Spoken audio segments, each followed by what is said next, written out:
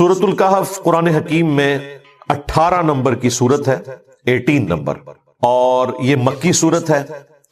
اس کا جوڑا سورہ بنی اسرائیل کے ساتھ بنتا ہے، سورۃ الاسراء، جو اس سے پچھلی سورت تھی 17 نمبر۔ کہ یہ ایک مضامین جو ہے وہ دونوں کے ملتے جلتے ہیں، ظاہر ہے جوڑے کی شکل میں یہ صورتیں، اور اتنی پرفیکشن ہے کہ سورہ بنی اسرائیل سٹارٹ ہو رہی تھی سبحان الذی اسری بعبدہ، یعنی پاک ہے وہ ذات جو اپنے بندے کو لے گئی راتوں رات بیت اللہ سے مسجد اقصی کی طرف، اور اس کا آغاز ہو رہا ہے الحمدللہ الذی انزل علی عبدہ الکتاب۔ تمام تعریفیں اس اللہ کے لیے ہیں جس نے اپنے بندے خاص کے اوپر یہ کتاب نازل کی۔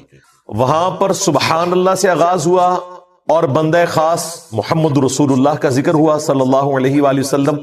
یہاں الحمدللہ سے آغاز ہوا اور بندے خاص محمد رسول اللہ کا ذکر ہوا صلی اللہ علیہ وآلہ وسلم۔ سورۃ الکہف کے حوالے سے صحیح بخاری اور صحیح مسلم دونوں میں حدیث موجود ہے۔ ایک صحابی تھے اسید بن حضیر، عربی میں پڑھیں گے تو حضیر رضی اللہ تعالیٰ عنہ علیہ السلام، وہ ایک رات سورۃ الکہف کی تلاوت کر رہے تھے، اور اسی دوران انہوں نے آبزرو کیا کہ ان کا گھوڑا بدکنا شروع ہو گیا۔ جب انہوں نے نگاہ اٹھا کر دیکھا تو ایک بہت بڑا سایبان، بہت بڑا بادل وہ بالکل ان کے قریب آ چکا تھا، جس کی وجہ سے وہ گھوڑا بدک رہا تھا اور قریب تھا کہ وہ ان کے بچے کو نقصان پہنچاتا جو پاس موجود تھا۔ پھر انہوں نے تلاوت روک دی۔ صبح کے وقت رسول اللہ سے ذکر کیا صلی اللہ علیہ وآلہ وسلم، تو آپ صلی اللہ علیہ وآلہ وسلم نے فرمایا کہ یہ اللہ تعالیٰ کی طرف سے سکینت تھی جو نازل ہو رہی تھی۔ ایک روایت میں یہ آیا بخاری مسلم کی، اور دوسری روایت میں آیا کہ وہ فرشتے تھے جو کہ تمہاری تلاوت سننے کے لیے آئے تھے، سورۃ الکہف کی تلاوت۔ اچھا، اس سے یہ بھی پتا چلا کہ صحابہ اکرام علیہم رضوان کو یہ نہیں پتا چلا کہ یہ فرشتے ہیں جو تلاوت سننے آئے ہیں، تو حضور باب تشائی کوئی نہیں۔ جو یہ دعوے کرتے ہیں ہمیں حضرت خضر مل گئے، ہمیں حضرت جبرائیل مل گئے، اور پتہ نہیں کیا کیا باتیں کرتے ہیں، سب کچھ جھوٹ کے اوپر مبنی ہے۔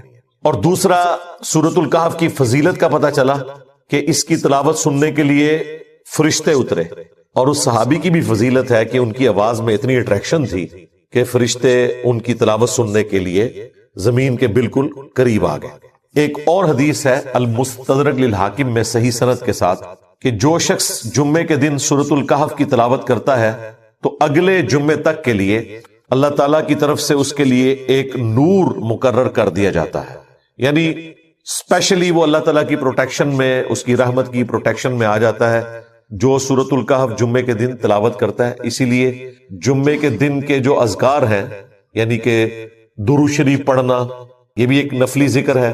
اسی طریقے سے فجر کی پہلی رکعت میں سورہ الف لام میم السجدہ پڑھنا اور دوسری میں سورہ الدہر پڑھنا، بخاری مسلم میں آیا۔ درود شریف کا ذکر سنن نبی داؤد میں آیا۔ اسی طریقے سے بخاری مسلم میں آیا کہ جمعے کے جو 2 فرض ہیں ان کی پہلی رکعت میں سورۃ الاعلیٰ، دوسرے میں سورۃ الغاشیہ، یہ سارے سنت اعمال ہیں۔ ویسے تو کوئی بھی سورت پڑھے نماز تو ہو جائے گی، لیکن یہ سنت اعمال ہیں، انہی میں یہ والا وظیفہ بھی شامل ہے۔ پھر اسپیسیفکلی ایک حدیث صحیح مسلم میں سورۃ الکہف کی پہلی 10 آیات سے متعلق ہے کہ جو پہلی 10 آیات حفظ کر لے گا، زبانی یاد کر لے گا، تو وہ دجال کے فتنے سے محفوظ ہو جائے گا۔ جامعہ ترمذی میں ایک حدیث ہے، اس میں پہلی 3 آیات کا ذکر ہے، اور اس میں ذکر ہے جو روزانہ اس کی تلاوت کرے گا، لیکن وہ روایت شاذ ہے۔ یہ حدیث جو ہے اس کی صحت بالکل ٹھیک ہے، اور اس میں پہلی 10 آیات کا ذکر ہے حفظ کرنے کا، تو ظاہر حفظ اسی کو ہوگی جو پڑھے گا بھی، تو کم از کم روزانہ ایک دفعہ یہ 10 آیات پڑھ لینی چاہیے۔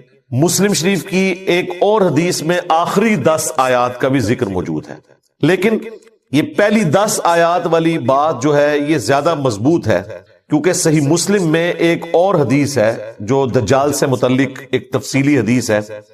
اس میں اللہ کے محبوب صلی اللہ علیہ وآلہ وسلم نے فرمایا کہ جو کوئی بھی دجال کو پائے اپنے زمانے میں اور خدا نہ خواستہ اس کا آمنا سامنا ہو جائے تو وہ سورہ الکہف کی پہلی 10 آیات کی تلاوت شروع کر دے تو اللہ تعالیٰ اسے اس فتنے سے بچا لے گا۔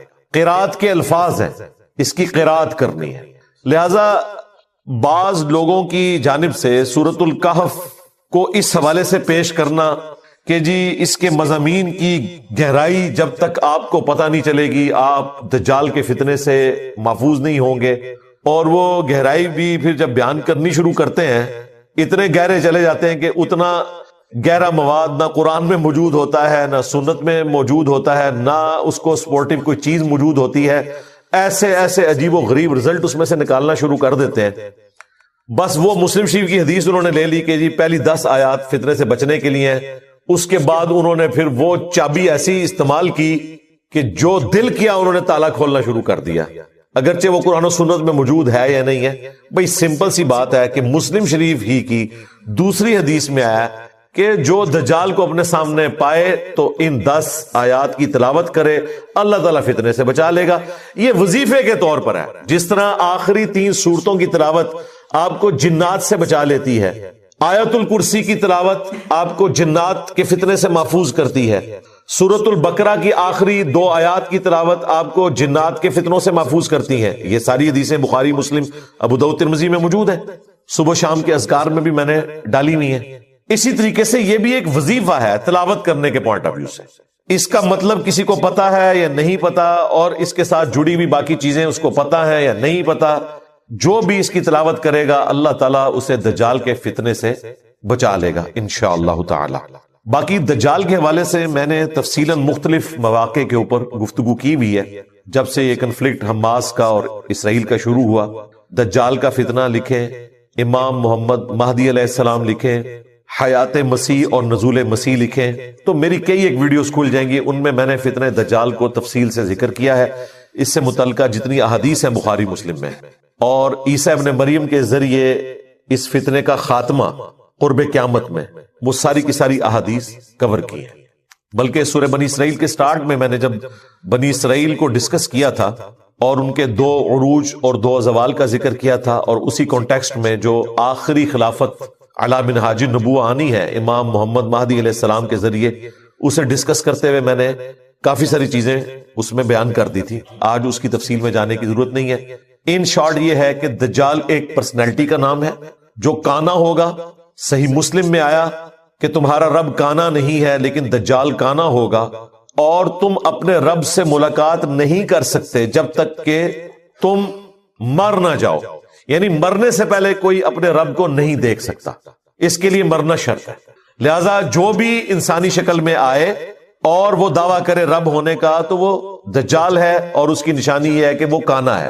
یہ عیب ہے یعنی وہ آنکھیں تو اس کی 2 ہیں لیکن ایک آنکھ جو ہے وہ ایک ابھرا ہوا ڈھیلا ہوگا، اس میں سے وہ دیکھ نہیں سکے گا، بدصورت ہوگا. بخاری مسلم میں آیا کہ دجال کی نشانی یہ ہے کہ اس کے ماتھے پر کافر لکھا ہوگا، لیکن ایبریویشن کے اندر کاف فا را، کافر ڈائریکٹ نہیں لکھا ہوگا، حروف کی فارم میں لکھا ہوگا. یہ بھی ایک امتحان ہے تاکہ جو بزرگ بابوں کے ماننے والے ہیں وہ کاف سے کشف پڑھ لیں، فا سے فیض پڑھ لیں، اور را سے روحانیت پڑھ لیں. اور جو قرآن و سنت کے ماننے والے ہیں وہ احادیث کی بنیاد پہ سمجھ لیں کہ یہ جو اتنے بڑے بڑے کرتب کر رہا ہے تو یہ کوئی غوث وقت نہیں ہے، یہ دجال ہے. وہ لوگوں کو پریشان کر دے گا، بڑے بڑے لوگوں کا ایمان متزلزل کر دے گا. اس کے حکم سے صحیح مسلم میں آتا ہے کہ آسمان سے بارش نازل ہوگی، زمین سبزہ اگائے گی.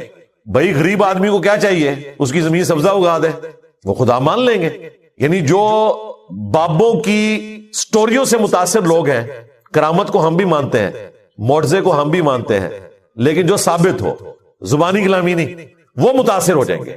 اور بخاری مسلم میں آیا کہ ایک مومن کھڑا ہوگا اور وہ کہے گا تو دجال ہے. وہ کہے گا میں اتنے کام کر رہا ہوں، میں سبزہ اگا رہا ہوں، میں بارش برسا رہا ہوں، مجھے رب کیوں نہیں مان لیتے؟ وہ کہے گا کہ مجھے میرے نبی کی حدیث پہنچی ہے کہ تو دجال ہے. یہ مخلوق کہاں پائی جاتی ہے جو یہ کہتی ہے کہ نبی کی حدیث یہ ہے تو جو مرضی کر کے دکھا دے؟ وہ لوگ جو کتاب و سنت کے ماننے والے ہیں. وہ کہے گا کہ میں تیرے 2 ٹکڑے کروں گا اور قتل کر کے دوبارہ زندہ کروں گا.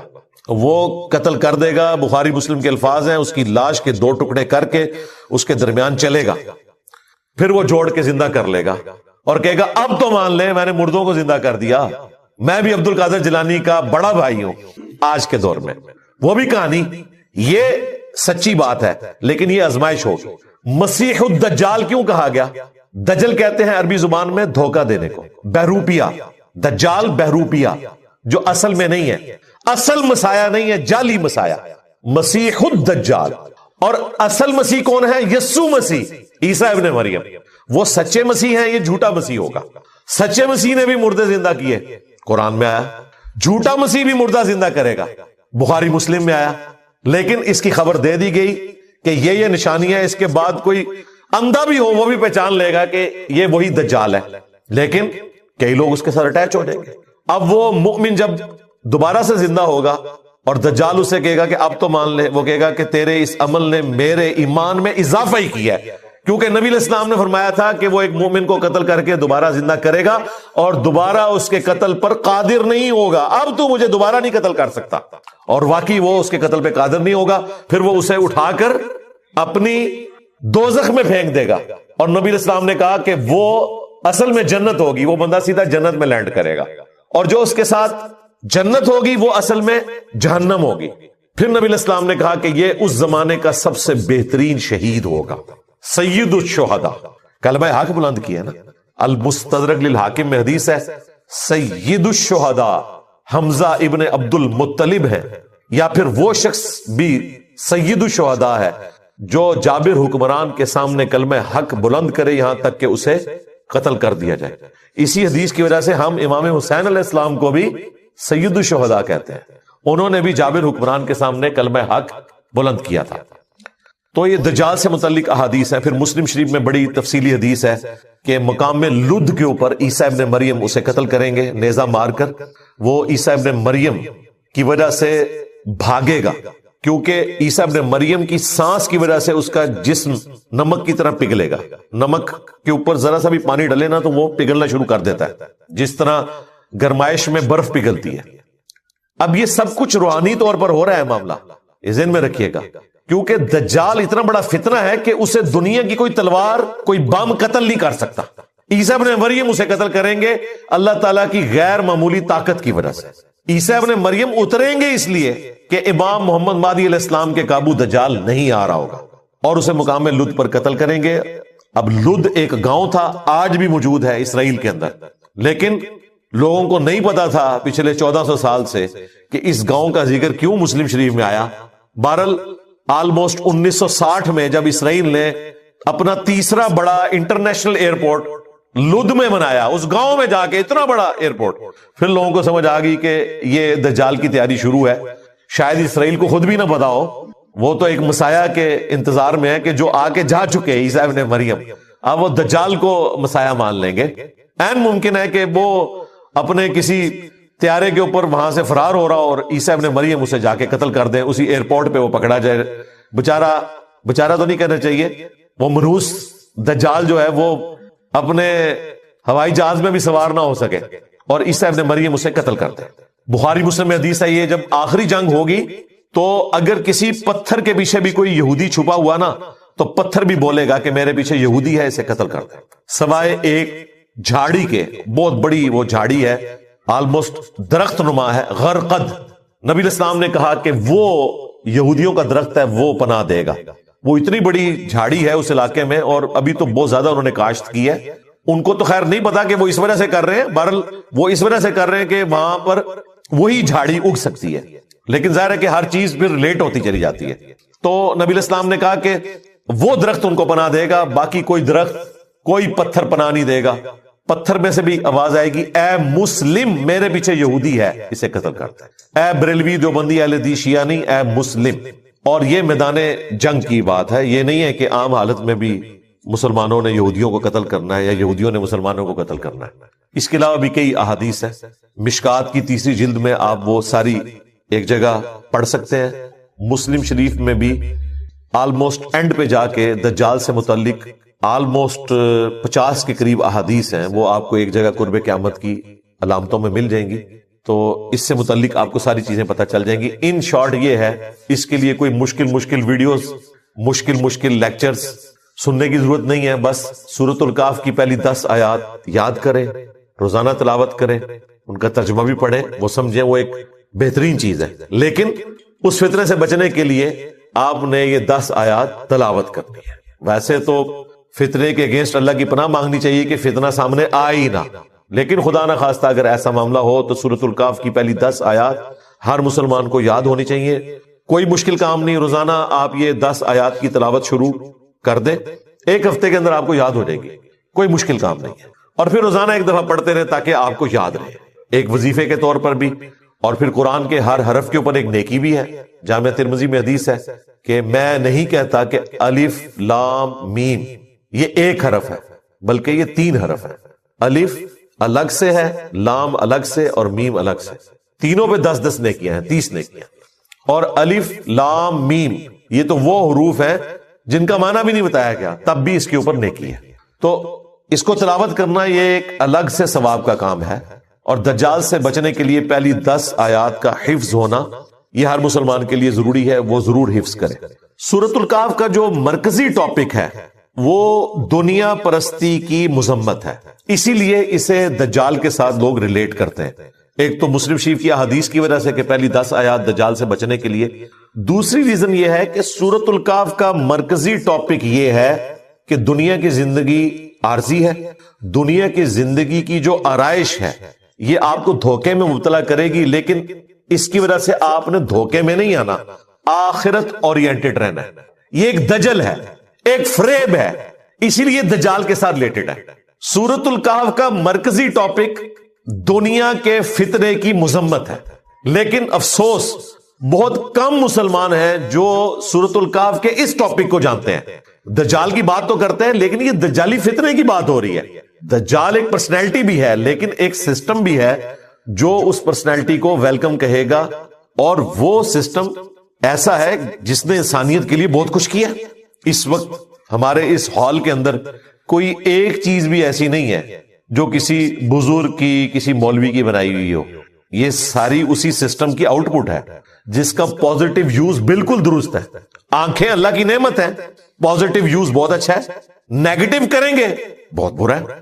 ہاتھ اللہ کی نعمت ہے، پازیٹیو یوز کریں بہت اچھی بات ہے، اس سے نیگیٹو یوز کریں تو جہنم میں جانے کا سبب ہے. زبان کتنی بڑی اللہ کی نعمت ہے.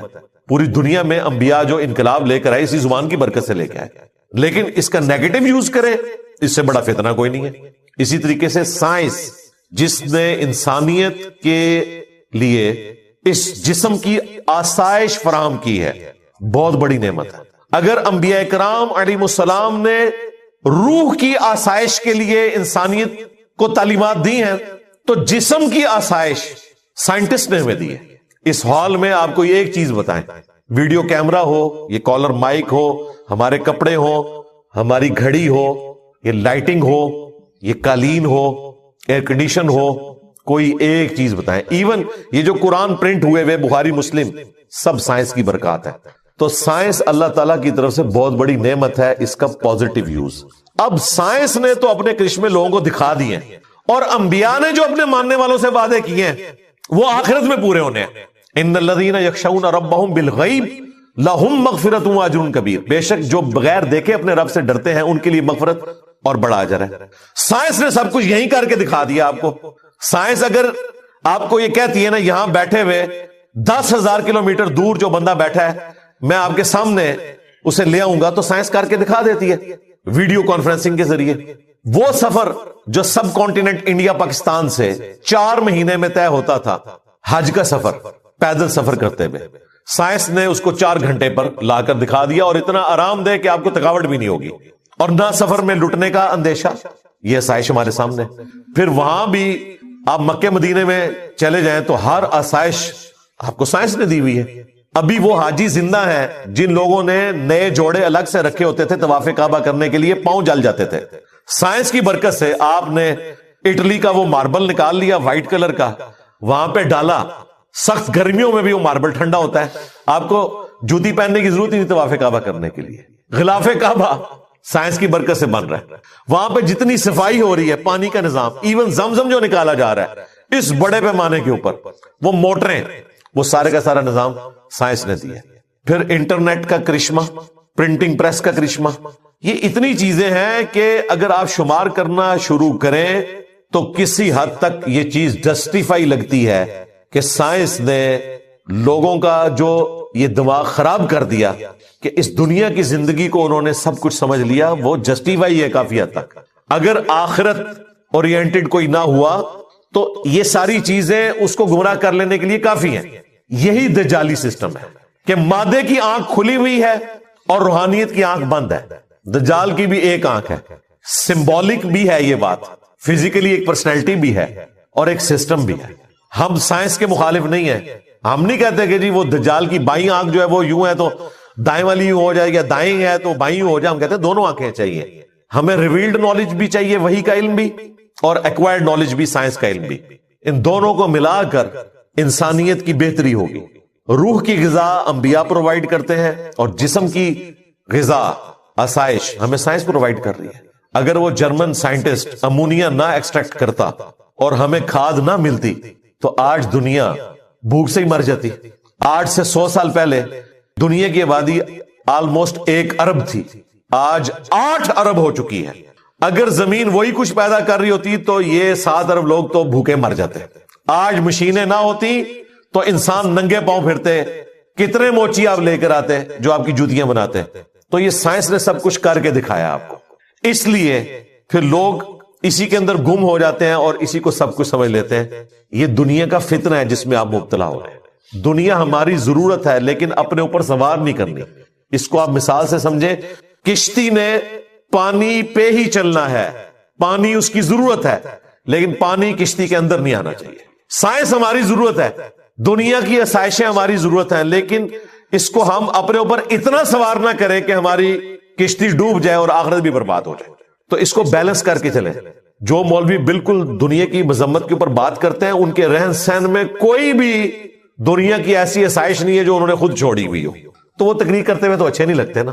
میں اگر یہ باتیں کر رہا ہوں تو میں اچھا لگتا ہوں کہ میں نے سبسسٹنس لیول کے اوپر چیزیں حاصل کی ہیں دنیا سے، لیکن اپنی آسائش کو اس لیول پہ نہیں لے کے گیا کہ اپنی آخرت ہی برباد کر لوں۔ تو آپ کو یہ باتیں سننے کو ملیں گی، دجالی نظام، دجالی نظام، اور 24 گھنٹے اس کا نفع حاصل کر رہے ہیں، واٹس ایپ کی شکل میں، اسمارٹ فون کی شکل میں، ایئر فلائٹس کی شکل میں، ٹورز کی شکل میں، بڑی بڑی گاڑیوں کی شکل میں۔ کون سا فائدہ جو ان لوگوں نے حاصل نہیں کیا؟ تو یہ مکمل طور پر سائنس کی برکات کو آپ کنڈیم نہیں کریں گے، یہ اللہ تعالیٰ کی طرف سے نعمتیں جو اللہ تعالیٰ نے عطا کی ہیں انسانیت کو۔ کل یوم ہوا فی شان، ہر آنے والا دن اللہ تعالیٰ کی نئی شان لوگوں کے سامنے لے کر آ رہا ہے۔ آج سولر انرجی نے دنیا کی کایا کلپ کر دی ہے۔ دنیا پریشان تھی کہ 2050 تک پیٹرول ختم ہو جائے گا زمین سے، پھر ہم کیا کریں گے؟ آج کہہ رہے ہیں نہیں جی 2050 نہیں، 2030 میں ہی ختم کر دیں، سولر انرجی زیادہ بہتر ہے۔ پیٹرول کے یوز سے تو ہوا جو ہے وہ خراب ہو رہی ہے، آب و ہوا ساری برباد ہو گئی ہے، اسموگ آ گئی ہے، سب کچھ۔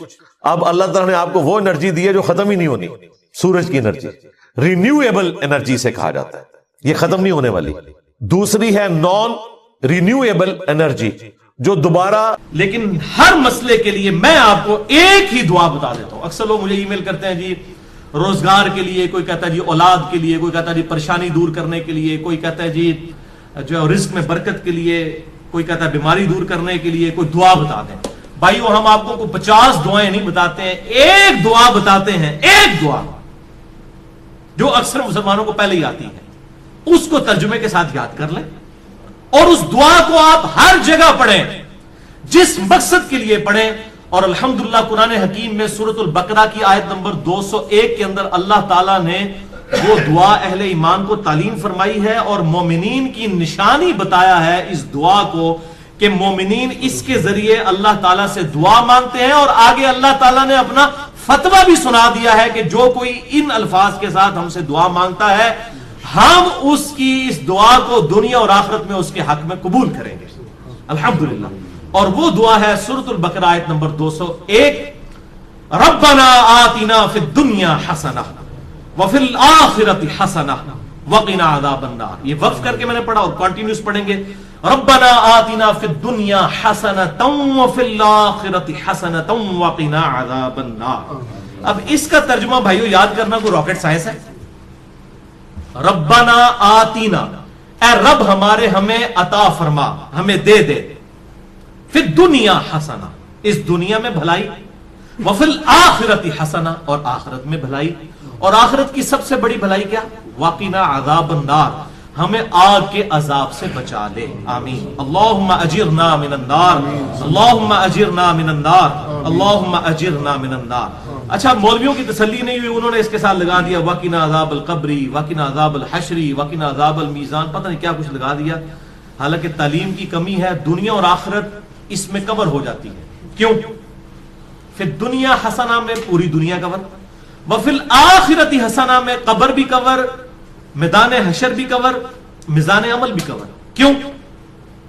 بخاری اور مسلم کی متفق علیہ حدیث ہے کہ آپ صلی اللہ علیہ وسلم نے فرمایا جو شخص مر گیا اس کی قیامت قائم ہو گئی، مرتے ہی قیامت قائم ہو گئی.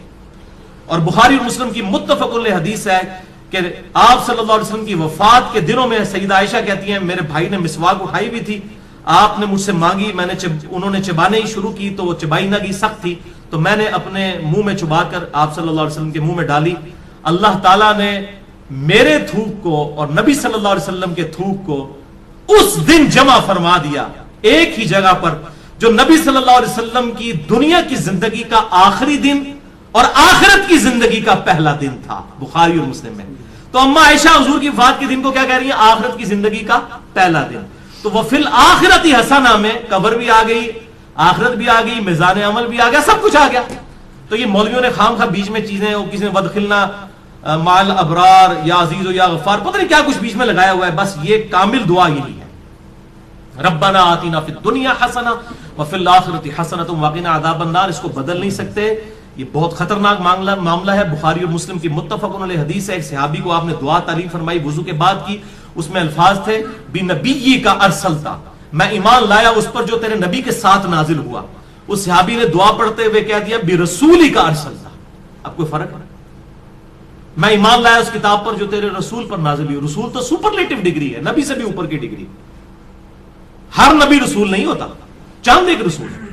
آپ صلی اللہ علیہ وسلم فرمایا تو نے میرے الفاظ کیوں چینج کیے؟ وہی کہہ جو میں نے کہا تھا بنبی کا ارسلتا. اب اس نے کہا یا رسول اللہ میں نے کون سی گستاخی کر دی ہے، میں تو اچھے الفاظ استعمال کیے ہیں، عشق دے چلے نمبر لے گئے، عقل والے آتے ہیں انجے ہی عملہ گالیاں، کچھ نہیں انہوں نے کہا.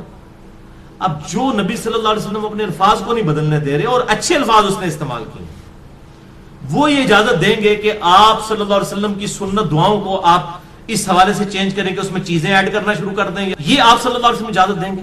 تو یہ بدعت کے ٹاپک پہ میں نے کم از کم 5 گھنٹے کی گفتگو ریکارڈ کروا دی ہے، مسئلہ نمبر 75A اور 75B اہل سنت پاک.com پہ.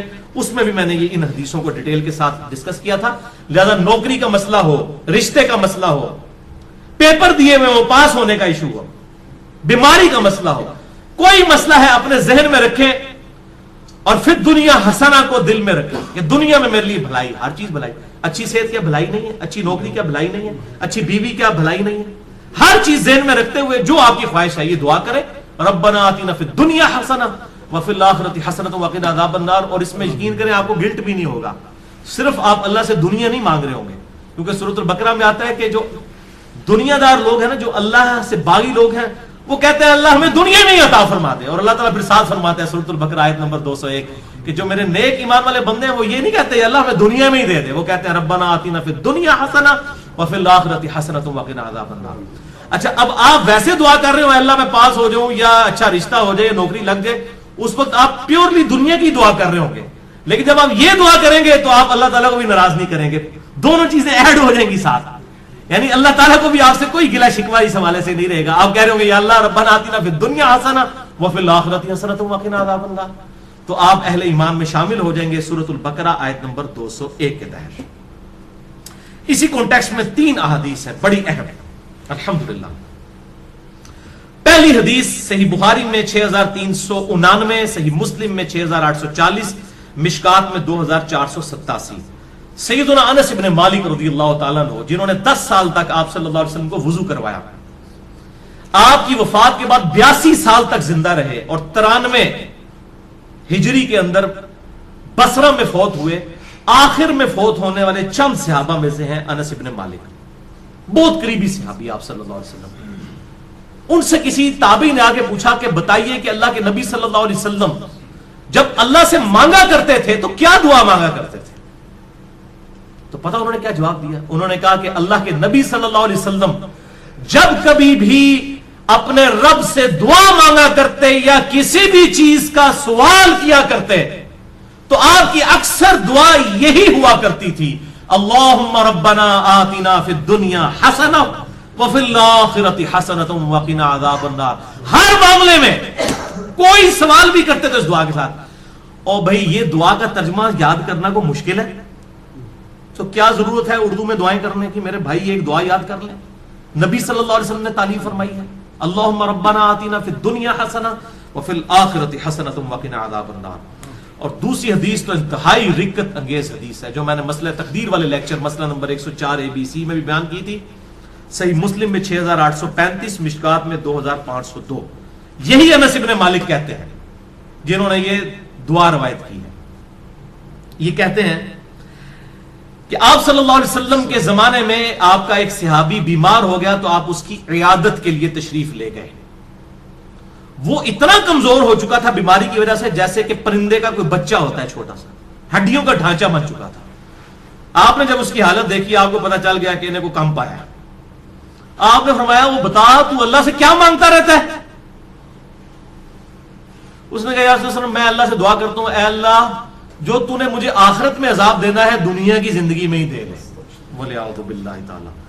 آپ فرمایا سبحان اللہ، اللہ پاک ہے۔ جب آپ حیران ہوتے تو یہ بات کہا کرتے سبحان اللہ، اوے تو اللہ تعالیٰ کا اس دنیا میں عذاب سہ سکتا ہے جو اللہ سے تو نے یہ دعا کی؟ نہ تو دنیا کی زندگی میں اللہ کا عذاب برداشت کر سکتا ہے نہ آخرت کی زندگی میں۔ اور تجھے تو چاہیے تھا کہ تو اللہ سے دعا کرتا اللہم ربنا آتنا فی الدنیا حسنہ وفی الآخرۃ حسنۃ وقنا عذاب النار۔ یہ کیا تو دعائیں کرتا رہے؟ اس میں وہ فنیٹک قسم کے جو صوفیاء ہیں نا ان کا بھی ارادہ، وہ کہتے ہیں سانو دنیا نہیں چاہیے آخرت ہی چاہیے، اور اللہ کے نبی کہہ رہے ہیں دنیا بھی اچھی آخرت بھی اچھی۔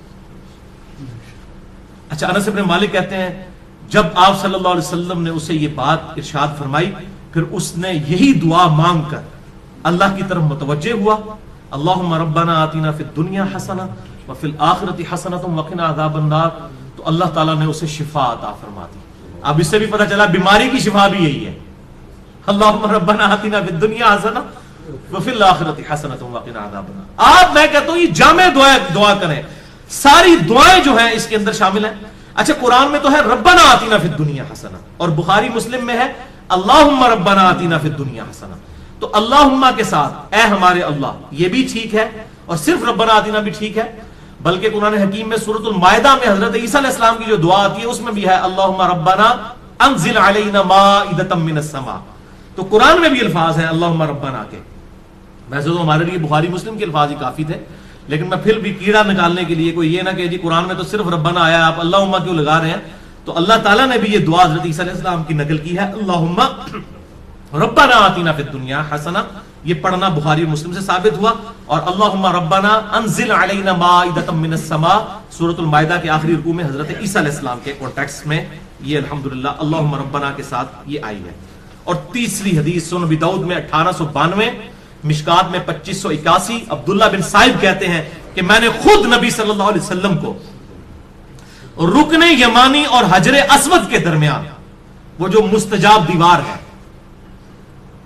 یہ دعا مانگتے ہوئے سنا ہے اللہم ربنا آتنا فی الدنیا حسنہ وفی الآخرۃ حسنۃ وقنا عذاب النار۔ اسے مستجاب دیوار کہتے ہیں، مستجاب کہتے ہیں دعا کی قبولیت کی جگہ۔ 70 انبیاء کا مصلی ہے، آپ وہاں پر کھڑے ہوں تو آپ کا رخ دونوں قبلوں کی طرف ہو جاتا ہے، بیت المقدس کی طرف بھی اور خانہ کعبہ کی طرف بھی۔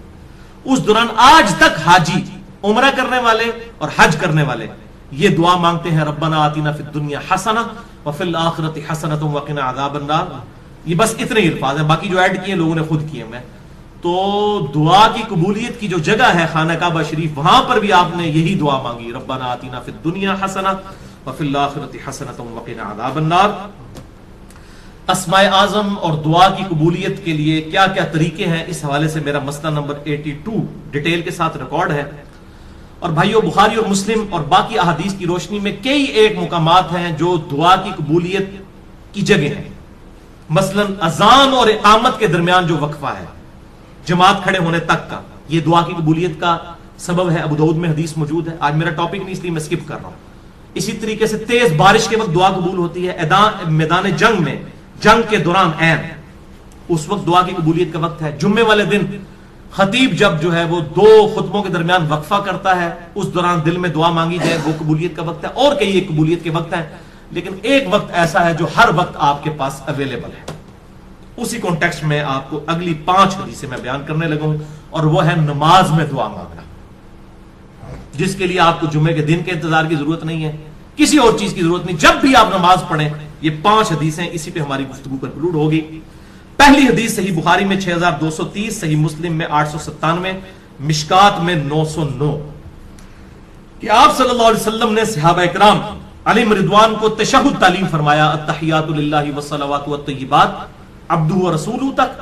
اور اس کے بعد آپ صلی اللہ علیہ وسلم نے فرمایا جب یہ تشہد پڑھ چکو, اس کے بعد جو من پسند دعا ہو وہ تم اپنے رب سے مانگ سکتے ہو, جو بھی من پسند, یعنی جو بھی دعا مانگنی ہے آپ کتاب و سنت میں اگر کوئی دعا آئی ہے وہ بھی مانگ سکتے ہیں, اس کے علاوہ بھی کوئی مانگ سکتے ہیں, لیکن مانگیں گے عربی میں. عربی سمبل آف یونٹی ہے مسلمانوں کا. اور ویسے ایک دعا ہی اللہم ربنا آتنا فی الدنیا حسنہ وفی الآخرۃ حسنۃ وقنا عذاب النار, یہی کافی ہے. بل اس حدیث میں عدم ذکر ہے درود ابراہیمی کا, وہ اگلی حدیثوں میں موجود ہے. صحیح مسلم میں 1739, مشکات میں 1257 میں ہے کہ اما عائشہ کہتی ہیں کہ نبی صلی اللہ علیہ وسلم جب تشہد بیٹھتے اللہ کی حمد بیان کرتے, اس کے بعد دعائیں کرتے. اور یہی حدیث سنن نسائی میں 1720 اور 1721 ہے کہ آپ صلی اللہ علیہ وسلم اللہ کی حمد بیان کرتے, اس کے بعد نبی صلی اللہ علیہ وسلم پر درود پڑھتے, اور اس کے بعد اپنے رب سے دعائیں مانگا کرتے. اور یہی ترتیب ہے جو جامع ترمذی میں انٹرنیشنل نمبر کے مطابق 593 نمبر حدیث ہے کہ ایک صحابی تھے, انہوں نے بڑی تیزی سے نماز پڑھی اور اس کے بعد جو ہے وہ بڑی جلدی جلدی دعا مانگنا شروع کی. آپ صلی اللہ علیہ وسلم نے انہیں بلا کر نماز کا طریقہ سکھایا, اور دعا مانگنے کا خصوصاً طریقہ اس میں موجود ہے کہ سکھایا. اور آپ صلی اللہ علیہ وسلم نے فرمایا کہ دعا میں جلدی نہ کرو, پہلے اللہ کی حمد بیان کرو, اس کے بعد درود شریف پڑھو, پھر دعا مانگا کرو.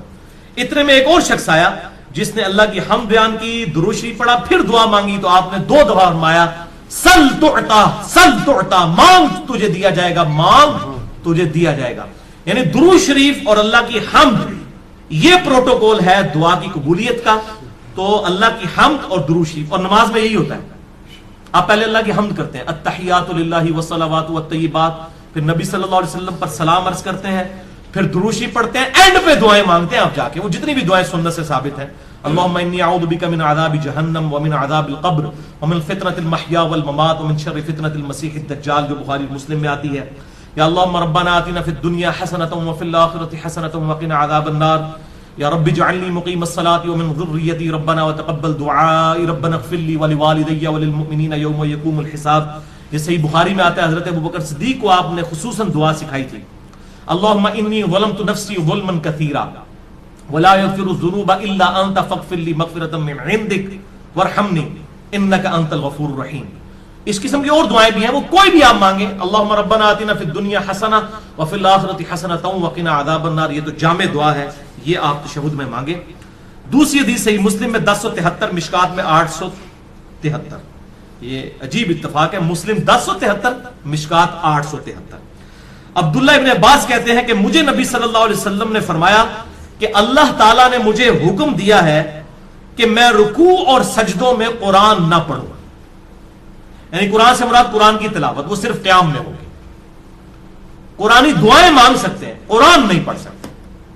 اور رہا رکوع, تو اس میں اپنے رب کی عظمت بیان کرو, جو صحیح مسلم میں آتا ہے کہ آپ صلی اللہ علیہ وسلم سبحان ربی العظیم پڑھتے تھے, اور جامع ترمذی میں ہے کہ آپ صلی اللہ علیہ وسلم حکم دیتے تھے کہ رکوع میں سبحان ربی العظیم پڑھو اور سجدے میں سبحان ربی الاعلیٰ. مسلم میں تو اتنے الفاظ ہیں کہ رکوع میں سبحان ربی العظیم اور سبحان ربی الاعلیٰ سجدے میں پڑھتے تھے, اور ترمذی میں ہے کہ آپ حکم دیتے تھے. یہ تسبیحات جو ہیں یہ حکمیہ ہیں, سبحان ربی العظیم رکوع میں اور سبحان ربی الاعلیٰ سجدے میں. اس کے علاوہ جو ہے وہ آپ پڑھ سکتے ہیں, لیکن حکمی یہی ہے. تو آپ صلی اللہ علیہ وسلم نے اسی مسلم میں الفاظ ہیں کہ رکوع میں رب کی عظمت بیان کرو, اور رہے سجدے تو ان میں خوب دعائیں کیا کرو, بس تمہاری دعا قبولیت کے لائق ہوگی. یعنی سجدے میں دعا قبول ہوتی ہے جو کی جائے. لہذا سجدے میں بھی الحمدللہ میرا بھی طریقہ ہے, میں سجدے میں یہ دعا مانگتا ہوں, ربنا آتینا فی الدنیا حسنہ وفی الآخرۃ حسنۃ وقنا عذاب النار. یہ کوئی بھی قرآنی دعا مانگ سکتے ہیں. تیسری حدیث صحیح مسلم میں 1083, مشکات میں 894, بڑی کریٹیکل حدیث ہے. ابو ہریرہ رضی اللہ تعالیٰ عنہ کہتے ہیں کہ نبی صلی اللہ علیہ وسلم نے فرمایا کہ بندہ جب سجدے کی حالت میں ہوتا ہے تو اپنے رب سے سب سے زیادہ قریب ہوتا ہے، کیونکہ عاجزی کے عالم میں ہوتا ہے نا. سب سے زیادہ قریب کب ہوتا ہے؟ سجدے کے عالم میں. پس اس وقت خوب دعائیں مانگا کرو. صحیح مسلم 1083، مشکات 894. یعنی سجدے میں خوب دعائیں مانگو، یہ قبولیت کا مقام ہے. پچھلی حدیث میں ہم نے سنا پس تمہاری دعا قبول ہوگی، یہاں پر آیا کہ رب کے قریب ہوتے ہو. اور وہ ہے ٹروتھ ریویلنگ حدیث چوتھی صحیح مسلم میں 244، مشکات میں 895، کہ آپ صلی اللہ علیہ وسلم فرمایا کہ جب آدمی آیت سجدہ سن کر سجدہ کرتا ہے، جیسے ہم سجدہ تلاوت کرتے ہیں، اس پہ میرا الگ سے لیکچر ہے، مسئلہ نمبر 119، سجدہ تلاوت کے صحیح احکام و مسائل. یا جب بھی کوئی سجدہ کرتا ہے تو اس وقت شیطان جو ہے وہ چیخیں مارتا ہوا الگ ہو جاتا ہے اور کہتا ہے ہائے افسوس، مجھے اللہ نے سجدے کا حکم دیا اور میں نے اللہ کا حکم نہ مانا اور دوزخ میرا مقدر ہوگی والعیاذ باللہ تعالی. اور ابن آدم کو سجدے کا حکم ہوا، اس نے اللہ کا حکم مان لیا، جنت اس کا مقدر ہوگی. میں نے اللہ کا حکم نہیں مانا، دوزخ میرا مقدر ہوگی والعیاذ باللہ تعالی. اللہم اجرنا من النار، اللہم اجرنا من النار، اللہم اجرنا من النار. پانچویں اور آخری حدیث آج کی، صحیح بخاری میں 817، صحیح مسلم میں 1085 اور مشکات میں 871. اما عائشہ رضی اللہ تعالیٰ عنہ کا بیان ہے کہ نبی صلی اللہ علیہ وسلم اپنے رکوع اور سجود میں بڑی کثرت کے ساتھ یہ دعا پڑھا کرتے تھے، سبحانک اللہم ربنا وبحمدک اللہم اغفر لی. اور آپ صلی اللہ علیہ وسلم قرآن کے حکم پر عمل کیا کرتے تھے. یہ کیا مطلب ہے اس کا؟ قرآن کے حکم پر عمل کیا کرتے تھے. سورۃ النصر سورت نمبر ہے 110، اس میں یہ آپ صلی اللہ علیہ وسلم کو حکم نازل ہوا. یہ آپ کی وفات کی خبر تھی، اس میں بخاری اور مسلم میں آتا ہے اذا جاء نصر اللہ والفتح ورأيت الناس يدخلون في دين الله افواجا فسبح بحمد ربك واستغفر انه كان توابا. یعنی آپ صلی اللہ علیہ وسلم نے اس دین کو غالب کر دیا ہے، اب آپ یکسو ہو کر اپنے رب سے استغفار کیجئے اور اللہ کی حمد بیان کیجئے. جب یہ صورت نازل ہوئی تو بخاری اور مسلم کے میں نے نمبر بتائے. اما عائشہ کہتی ہیں کہ آپ قرآن پر عمل کرتے ہوئے دعا مانگا کرتے تھے رکوع اور سجدوں میں، سبحانک اللہم ربنا وبحمدک اللہم اغفر لی. میرا رب پاک ہے، سبحانک اللہم، اے اللہ تو پاک ہے، ربنا وبحمدک، اور میں تیری حمد کرتا ہوں، اللہم اغفر لی، اے اللہ میری مغفرت فرما. تو اس کے علاوہ بھی کئی ایک اذکار ہیں. صحیح مسلم میں آتا ہے سبوح قدوس رب الملائکۃ والروح. اسی طریقے سے سبحان ربی العظیم رکوع میں، سجدے میں سبحان ربی الاعلی. جتنی بھی دعائیں ہیں وہ اب آخر میں وہ حدیث دوبارہ یاد کریں کہ آپ صلی اللہ علیہ وسلم جب بھی اللہ سے سوال کرتے یا آپ صلی اللہ علیہ وسلم نے دعا مانگنی ہوتی تو آپ کے اکثر الفاظ یہی ہوا کرتے تھے